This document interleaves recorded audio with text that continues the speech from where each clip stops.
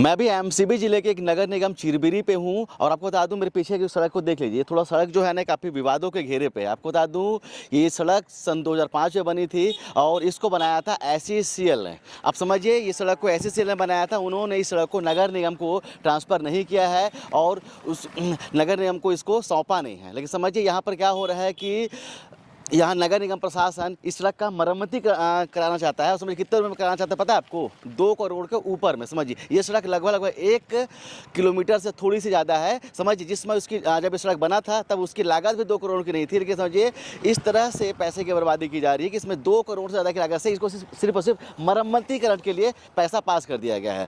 अब समझिए जब एसईसीएल के प्रबंधन से हमने बात किया तो कहते हैं हम तो सड़क को बनने ही नहीं देंगे। हम बोले क्यों नहीं बनने देंगे साहब, विकास हो रहा है। तो बोले ज़मीन अगर हमारी है, सड़क अब हमारी है तो नगर निगम क्यों बनाएगा? तो सवाल तो उठता है कि आखिर नगर निगम इस सड़क को बनाने के लिए बेताब क्यों है भैया। समझिए तो आपको इसके पीछे कहानी बताऊंगा।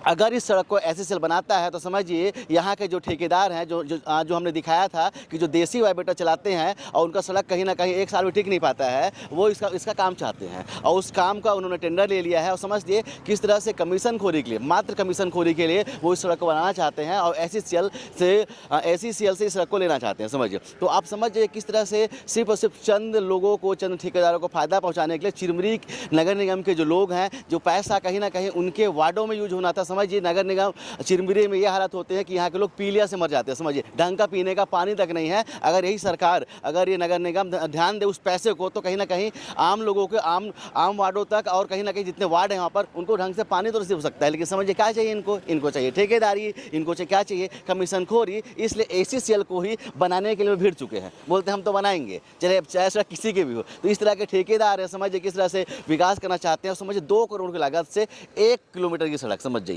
1 किलोमीटर की सड़क है 2 करोड़ की लागत। समझिए किस तरह से यहाँ के जो सिस्टम है, किस तरह से समझिए कि एसईसीएल की सड़क को अपने हाथों में लेना चाहता है। और जब हमने इसके बारे में यहाँ के जो नेता प्रतिपक्ष हैं, विपक्ष के नेता, उनसे बात करना जब की तो उनका कहना है कि ये सड़क पूरी तरह से एसईसीएल की है, इसका नगर निगम को इस सड़क को नहीं सौंपा गया तो ये बना नहीं सकते हैं। एसईसीएल के कर्मचारी बताते हैं कि हम इसको बनाने देंगे नहीं क्योंकि यह सड़क हमारी है। लेकिन समझिए किस तरह से प्रशासन, मुख्यमंत्री शहर उत्थान योजना के नाम पर 2-2 करोड़ रुपये इस सड़क में फूकने वाला है। वो जमीन चूँकि एसईसीएल की है और उसका जो भी काम करना होगा वो एसईसीएल के द्वारा की जाएगी। जब रोड एसईसीएल का है तो इनको एसईसीएल से एक मीटिंग करके उनको जिम्मेदारी देना चाहिए।